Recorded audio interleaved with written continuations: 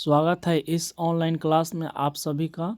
आज हम पढ़ने जा रहे हैं, टॉपिक का नाम है सौरमंडल, ग्रहों की संरचना एवं वर्गीकरण और तथ्य, यानी classification of planets in the solar system, यानी ग्रहों का वर्गीकरण जो हम पढ़ेंगे इस टॉपिक में, जो आपके लिए, आपके सभी एग्जामों के लिए बहुत ही महत्वपूर्ण होगा। जैसे UPSC, state PCS, BPSC, UPPCS, MPPCS, JPSC, RPSC, SPSC, SSC, CGL, railway, banking, दरोगा, एसआई, जो डिफेंस आदि सभी एग्जामों के लिए बहुत ही महत्वपूर्ण है।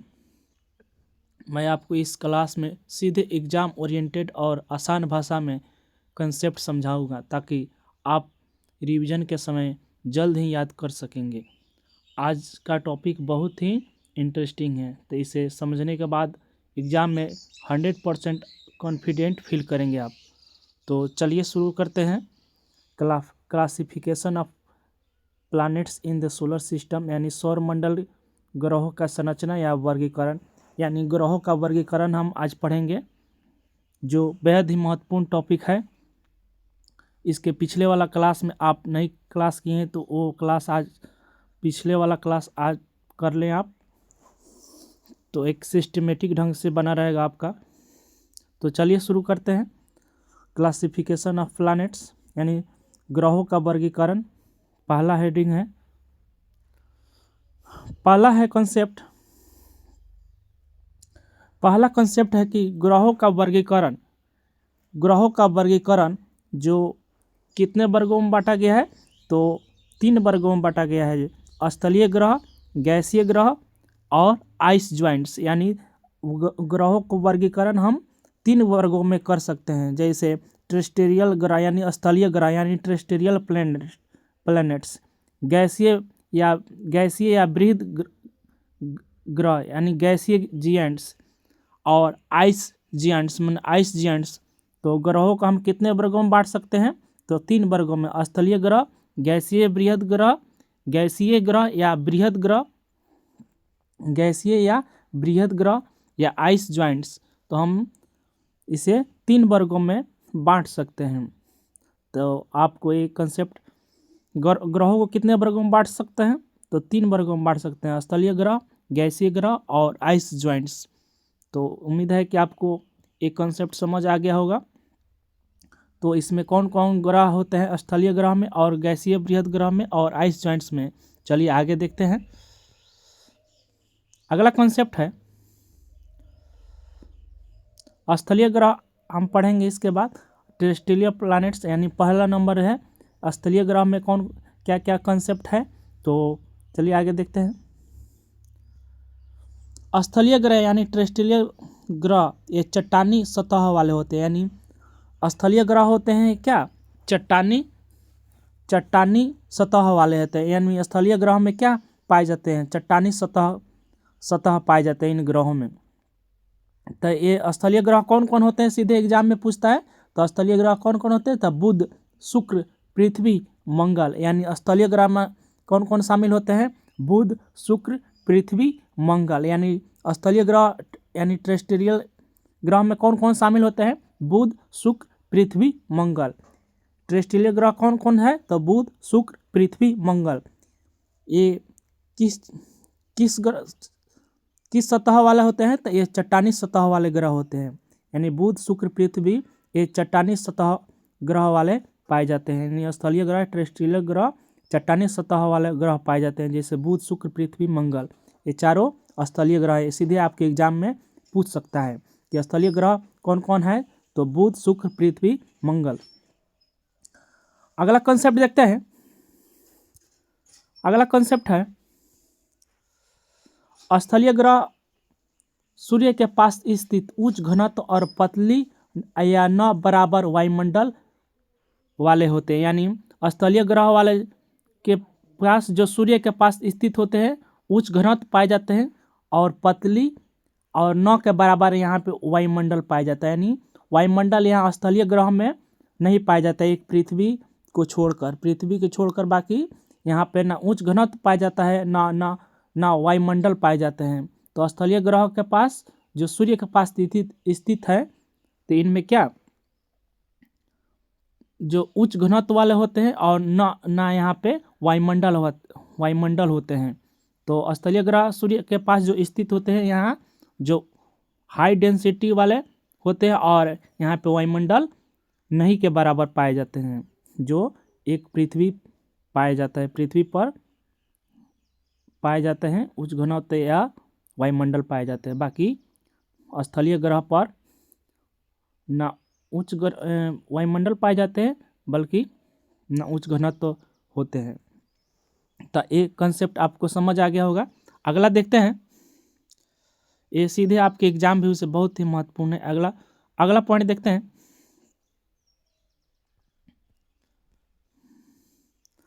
अगला कंसेप्ट है कि पृथ्वी सौर मंडल का एकमात्र ग्रह है, ज्ञात ग्रह है जहां जीवन संभव है। यानी पृथ्वी सौर मंडल का एकमात्र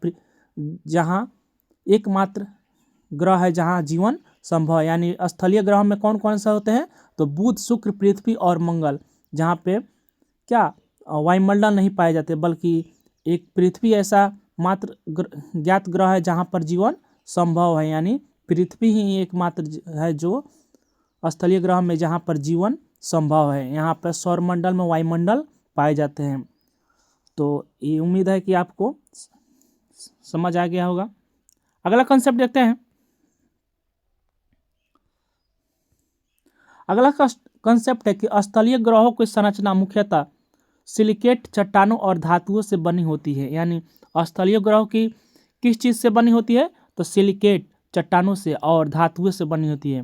तो जो बुध, शुक्र, पृथ्वी और मंगल जो स्थलीय ग्रह होते हैं, वह मुख्यतः किस चीज़ से बने होते हैं, तो सिलिकेट चट्टानों से बनी होती है और धातुओं से बनी होती है। तो इनमें क्या पाया जाता है, तो सिलिकेट चट्टानों और धातुओं से बनी होती है। अगला कंसेप्ट देखते हैं। अगला कंसेप्ट है कि मंगल को लाल ग्रह कहा जाता है, जिसका रंग आयरन ऑक्साइड के कारण होता है।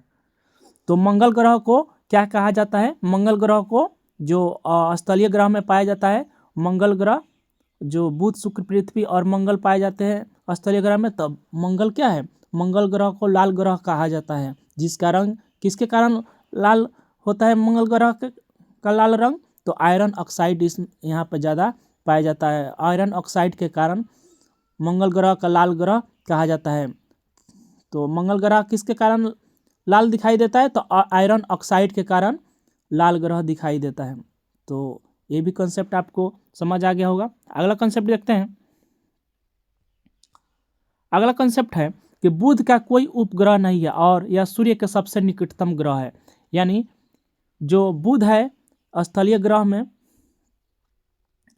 वो बुध क्या है, यहाँ पे कोई उपग्रह नहीं है, बुध का कोई उपग्रह नहीं है। ये आपको सीधे एग्जाम में पूछ देता है कि बुध का कोई उपग्रह है, तो नहीं है। तो बुध का कोई उपग्रह नहीं है और सूर्य के सबसे नज़दीक कौन ग्रह है, तो बुध ग्रह है। सूर्य के सबसे नज़दीक ग्रह वाला कौन ग्रह है, तो बुध ग्रह है।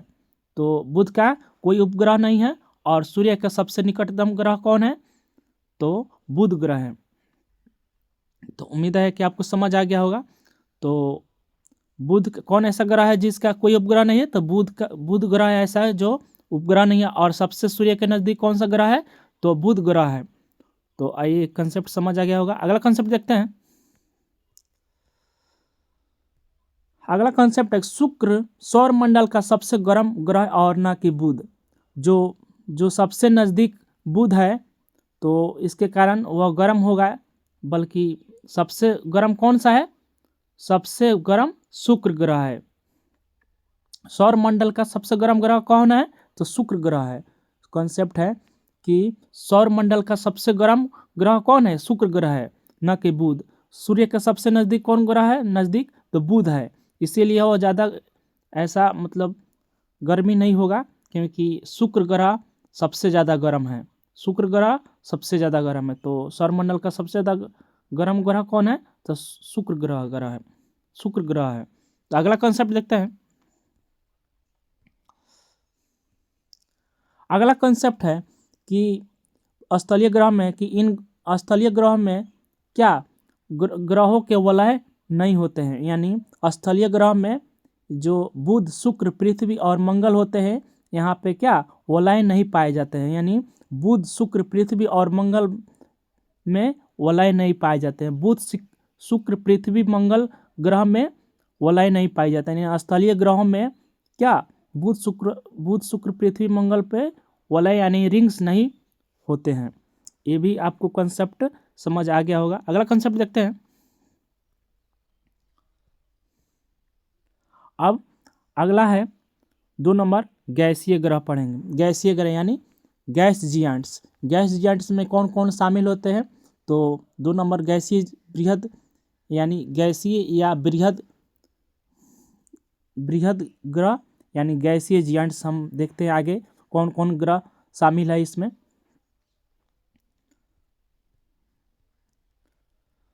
गैसीय या बृहद गैस में यानी गैस जियांट्स में मुख्यतः रूप से गैसों के बने विशाल ग्रह यानी गैस से बने होते हैं, जो मुख्य रूप से बृहस्पति और शनि है।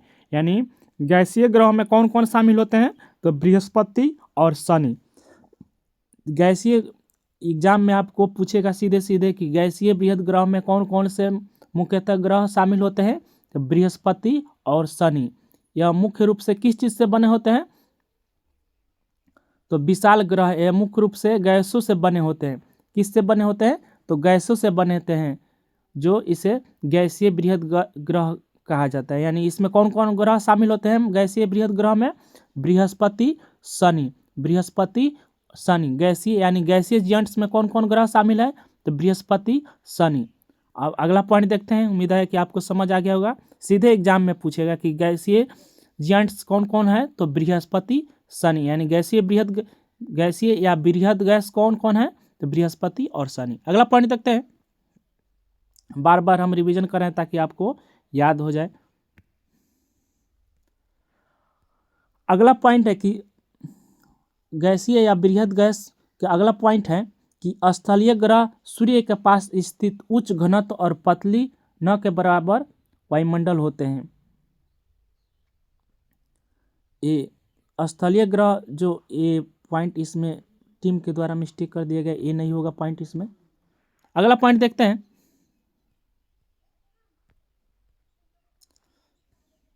गैस ज्वाइंट ग्रहों का मुख्य संगठन हाइड्रोजन और हीलियम है। गैस ज्वाइंट ग्रहों का मुख्य संगठन किससे बना होता है? तो हाइड्रोजन। इसमें गैसीय ज्वाइंट ग्रहों में मुख्य रूप से क्या पाया जाता है? हाइड्रोजन और हीलियम। हाइड्रोजन और हीलियम। तो जो बृहस्पति और शनि ग्रह पर क्या ज़्यादा पाया जाता है? तो हाइड्रोजन और हीलियम। यानी गैसीय ज्वाइंट ग्रह में क्या ज़्यादा पाया जाता है? तो हाइड्रोजन और हीलियम। यानी बृहस्पति और शनि पर सबसे ज़्यादा क्या पाया जाता है? हाइड्रोजन और हीलियम पाया जाता है। तो उम्मीद है कि आपको ये भी पॉइंट कंसेप्ट समझ आ गया होगा। अगला कंसेप्ट देखते हैं। सौरमंडल का सबसे बड़ा ग्रह कौन है? तो बृहस्पति है।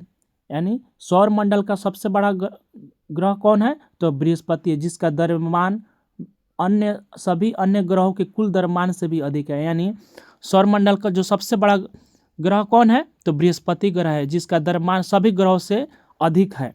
यानी ये भी आपको पॉइंट समझ आ गया होगा।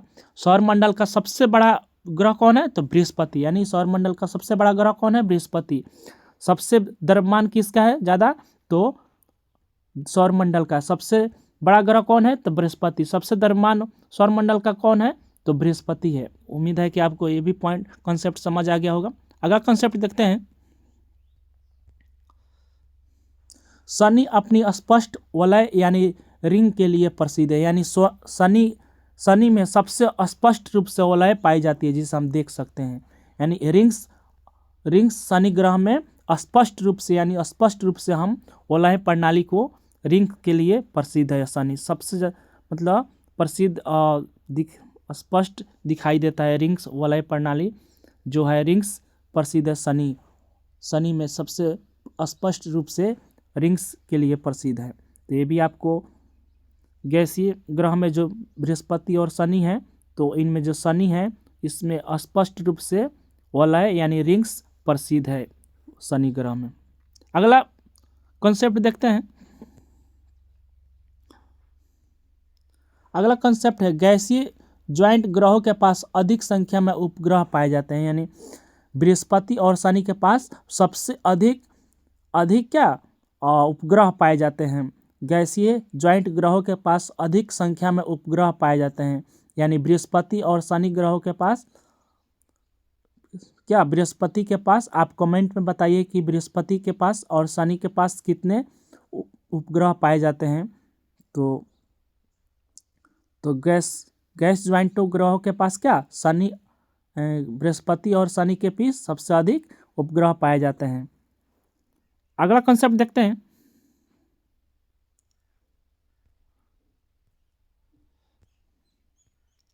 स्थलीय और बृहद ग्रहों के बीच क्षुद्र ग्रह घेरा यानी एस्टेरॉयड बेल्ट स्थित होता है। यानी अगला कंसेप्ट है कि गैसीय या बृहद यानी स्थलीय और बृहद ग्रहों के बीच क्या होता है, स्थलीय ग्रह और बृहद ग्रहों के बीच क्या पाया जाता है, क्षुद्र ग्रह के घेरा पाया जाता है। यानी स्थलीय ग्रह यानी जो बुध शुक्र पृथ्वी मंगल और बृहस्पति और शनि के बीच क्या पाया जाता है, तो क्षुद्र ग्रह का घेरा यानी एस्टेरॉयड बेल्ट स्थित होते हैं। यानी स्थलीय और बृहद ग्रहों के बीच क्या स्थित होता है, तो एस्टेरॉयड बेल्ट यानी क्षुद्र ग्रह का घेरा स्थित होता है। ये भी आपको कॉन्सेप्ट समझ आ गया होगा।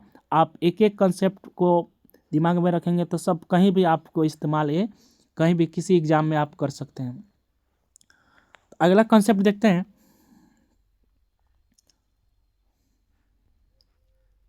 अब अगला कंसेप्ट है कि आइस ज्वाइंट्स, यानी आइस जो 3 नंबर में हम पढ़ेंगे आइस ज्वाइंट्स, यानी आइस ज्वाइंट्स जो आइस ज्वाइंट्स हम पढ़ेंगे 3 नंबर।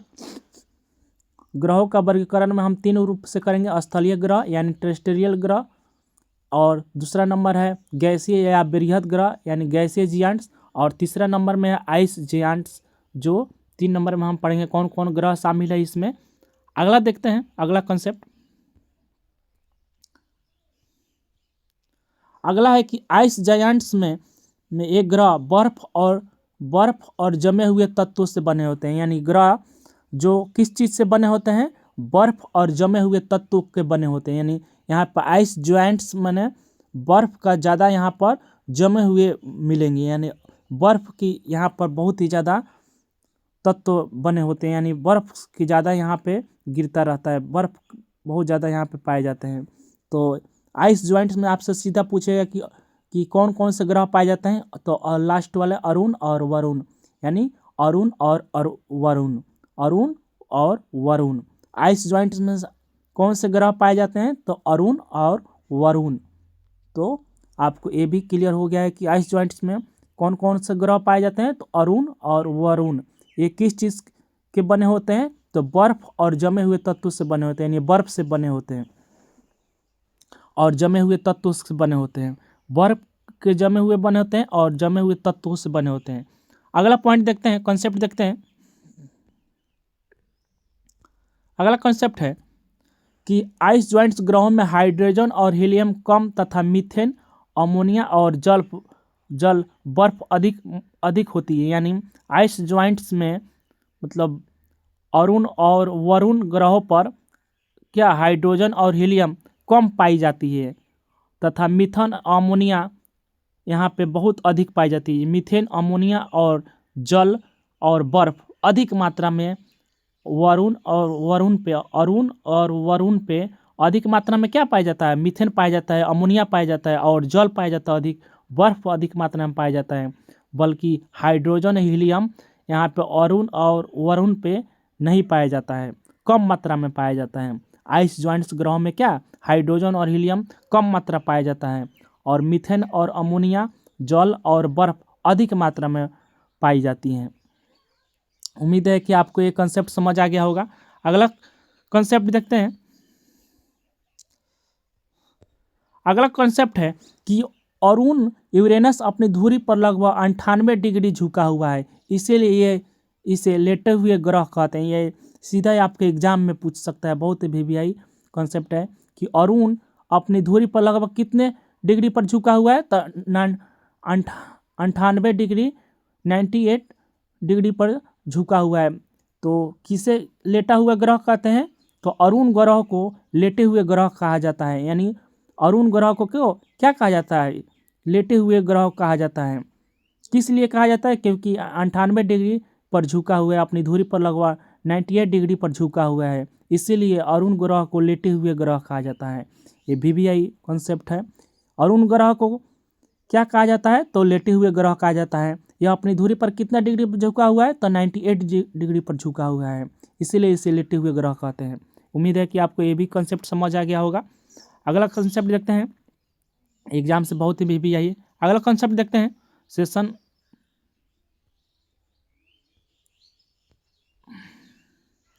अगला कंसेप्ट है कि वरुण नेपच्यून सौर मंडल का सबसे तेज पवनों वाला ग्रह है। यानी वरुण पर सबसे ज़्यादा तेज पवन चलते हैं, हवाएं चलती है, तेज पवनें चलती है। यानी सौर मंडल का सबसे तेज पवन यहाँ पे पाया जाता है। यहाँ पे तेज पवन यानी हवाएं चलती हैं, यानी ग्रह वाला है। वरुण पर क्या सबसे ज़्यादा तेज पवनें या हवाएं चलती हैं, यानी यहाँ पे ज़्यादा पाया जाता है, हवा या पवनें पाई जाती हैं। तो इसीलिए कहा जाता है कि सौरमंडल का सबसे तेज पवन वाला ग्रह कौन सा है? तो वरुण यानी नेपच्यून है। नेपच्यून है, यानी सौरमंडल का सबसे तेज पवन वाला ग्रह कौन सा है? तो नेपच्यून यानी वरुण है। उम्मीद है कि आपको ये भी कॉन्सेप्ट समझ आ गया होगा। अगला कॉन्सेप्ट देखते हैं। अगला कॉन्सेप्ट है कि सौरमंडल में चारों गैसीय बृहद गैस सौरमंडल में चारों गैसीय बृहद गैस यानी बृहस्पति, शनि, अरुण और वरुण के पास वलय प्रणाली होती है। यानी जिनमें शनि के वलय सबसे स्पष्ट और विकसित होते हैं। यानी सौरमंडल में जो चार गैसीय बृहद गैस होती हैं, जो बृहस्पति, शनि, अरुण और वरुण, तो इनके पास क्या होती है? रिंग्स पाई जाती है, यानी रिंग्स पाई जाती हैं। किस ग्रह के पास सबसे रिंग्स किस ग्रह के पास पाई जाती है? तो बृहस्पति, शनि, अरुण और वरुण जो रिंग्स पाई जाती है। सबसे स्पष्ट रूप से दिखाई देने वाला कौन सा रिंग्स किस ग्रह के पास है? तो शनि ग्रह के पास है। शनि ग्रह के पास किस ग्रह के पास रिंग्स पाई जाती है? तो बृहस्पति, शनि, अरुण और वरुण, यानी यूरेनस और नेपच्यून। बृहस्पति, शनि, अरुण और वरुण, जिनके पास वलय प्रणाली होती है, जिनमें स्पष्ट रूप से दिखाई देने वाला कौन रिंग्स पाए जाते हैं? तो शनि ग्रह के पास स्पष्ट रूप से रिंग्स दिखाई देते हैं। तो उम्मीद है कि आपको ये भी पॉइंट कॉन्सेप्ट समझ आ गया होगा। अगला कॉन्सेप्ट देखते हैं। तो सेशन यहीं पर समाप्त होता है। तो पसंद आ गया है सेशन को, तो सेशन को लाइक कीजिए और चैनल को सब्सक्राइब कीजिए और शेयर भी कीजिए, ताकि सेशन आगे भी जारी रहे, आपकी सपोर्ट बना रहे। सेशन को लाइक कीजिए और सब्सक्राइब कीजिए, शेयर भी कीजिए और सपोर्ट भी कीजिए, ताकि सेशन आपको अच्छा लगे तो कमेंट कीजिए कैसा लगा आपको सेशन। ये आपके एग्ज़ाम के लिए बहुत ही महत्वपूर्ण है। सारे कंसेप्ट जो आपके सभी एग्ज़ामों के लिए ही बहुत महत्वपूर्ण है। Thank you. मिलते हैं एक नए सेशन के साथ।